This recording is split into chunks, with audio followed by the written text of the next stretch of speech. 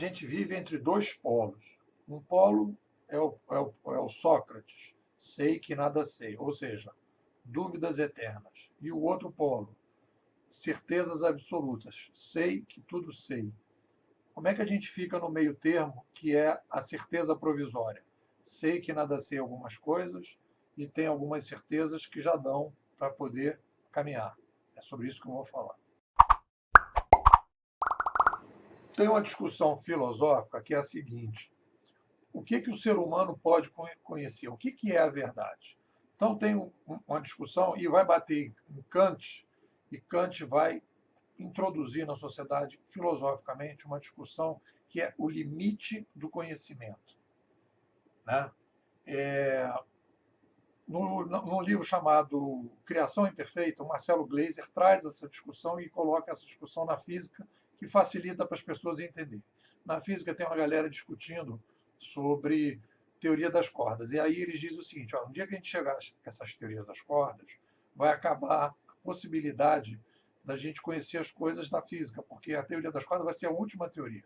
E o Marcelo Gleiser, nesse livro, ele fala, cara, isso é um absurdo, é uma demência esse pessoal fala isso. Por quê?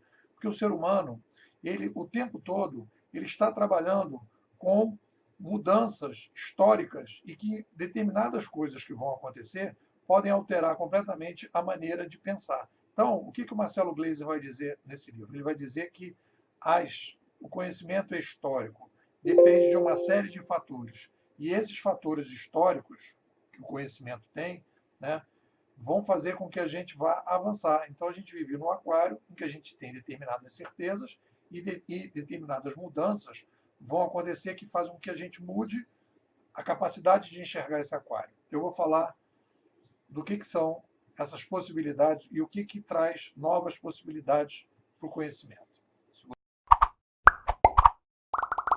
Temos 3 fatores que fazem com que a gente tenha necessidade de rever determinadas certezas. O primeiro são novos fenômenos, coisas que a gente não imaginava que podiam acontecer, por exemplo, a revolução cognitiva que a gente está vivendo. Uma mudança tecnológica que muda completamente a sociedade. Isso faz com que a gente precise rever. A mesma coisa seria um vulcão que está, sei lá, parado há não sei quanto tempo e de repente ele entra em erupção, ou uma tsunami, ou um terremoto, ou a pandemia da AIDS. Quer dizer, como é que a gente lida com isso?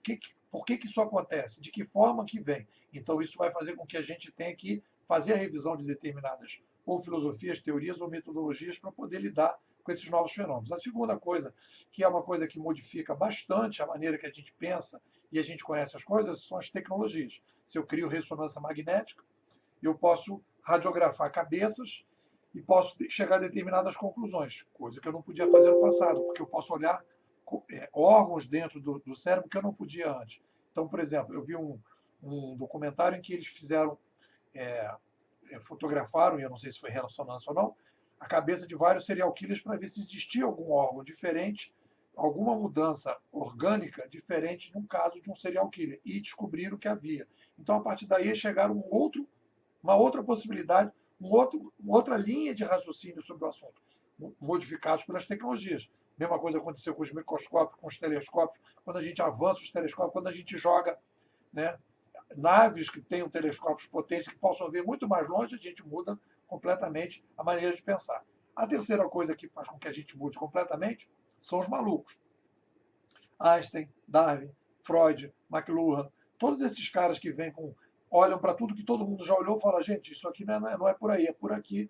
E aí, a partir daí, a gente tem determinadas mudanças. Então, a gente não pode dizer que conhece todos os fenômenos, porque existem fenômenos novos, principalmente agora que a gente tem 7 bilhões de pessoas no mundo. Coisas que vão acontecer agora nunca aconteceram antes, porque nós nunca fomos 7 bilhões de pessoas, né? Nós nunca vivemos tanto tempo em megalópolis, então a gente está sujeito aí, como está vendo, essas pandemias, como está vendo uma série de coisas. A segunda coisa, tecnologias novas. Quem vai garantir que a gente não passe a se alimentar de sol, que a gente vai fazer mudança genética nas pessoas, que a gente não vai colocar chip na cabeça das pessoas?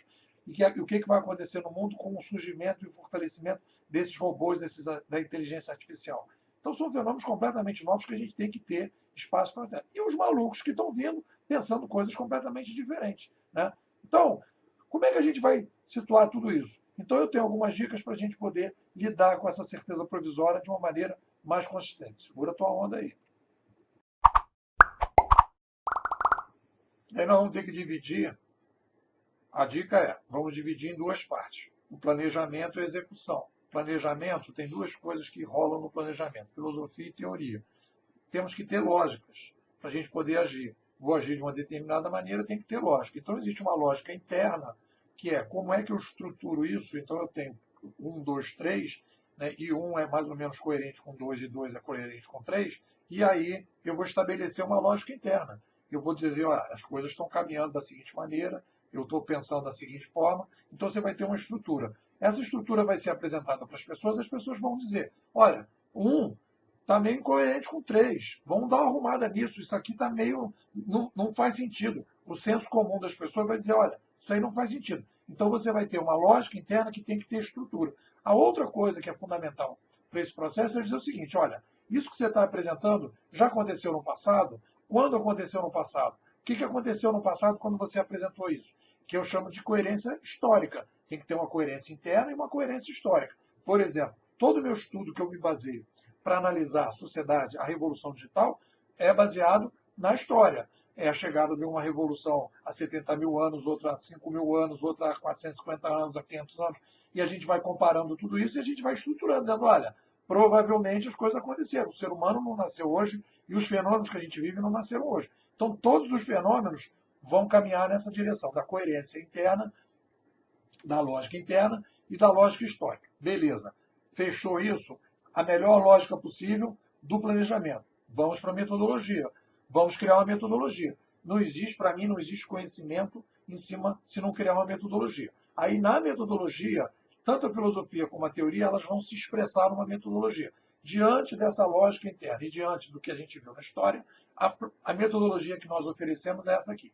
Beleza, então vamos agora então na metodologia e vamos testar a metodologia. No momento que a metodologia começar a dar os resultados, você vai dizer o seguinte, olha, existe alguma coisa ou na implantação da metodologia, vamos melhorar a implantação? Não. O problema não é a implantação, não é a metodologia. Então vamos voltar. Vamos voltar para ver se tem algum erro na lógica interna e vamos ver se tem algum erro na lógica histórica. Alguma coisa não está funcionando e a gente vai ter que rever esse processo. E aí a gente entra na fase final, que é o que eu vou falar a seguir.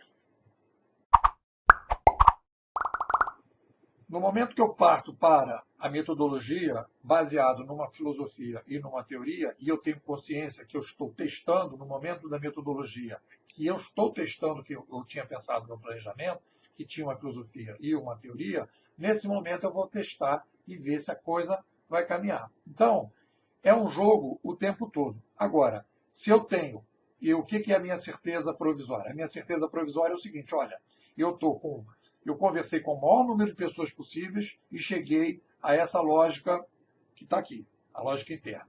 Beleza, não tive condição de conversar com mais gente, mas com todo mundo que eu conversei, o que as pessoas criticaram, o que eu achei que fazia sentido, foi colocado. Beleza, então vamos agora para a lógica histórica.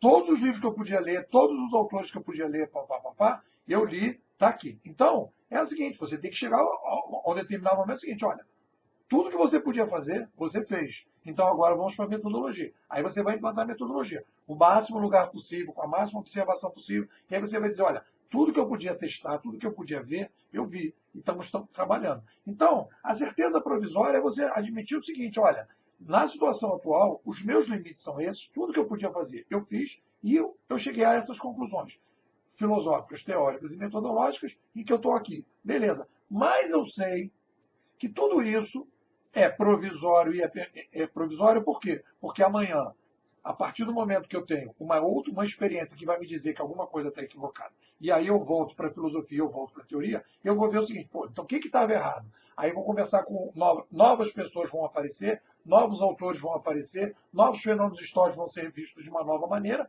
e aí eu faço uma revisão. Então, eu também não posso ficar com essas minhas dúvidas permanentes, por quê? Porque eu preciso ir para a metodologia e eu preciso ir para a prática. E não existe a possibilidade de ficar filosofia e teoria e não ir para a metodologia, e também não existe a possibilidade de eu ficar insistindo numa metodologia que começa a dar problema e não ter coragem de voltar para rever ou a filosofia ou a teoria.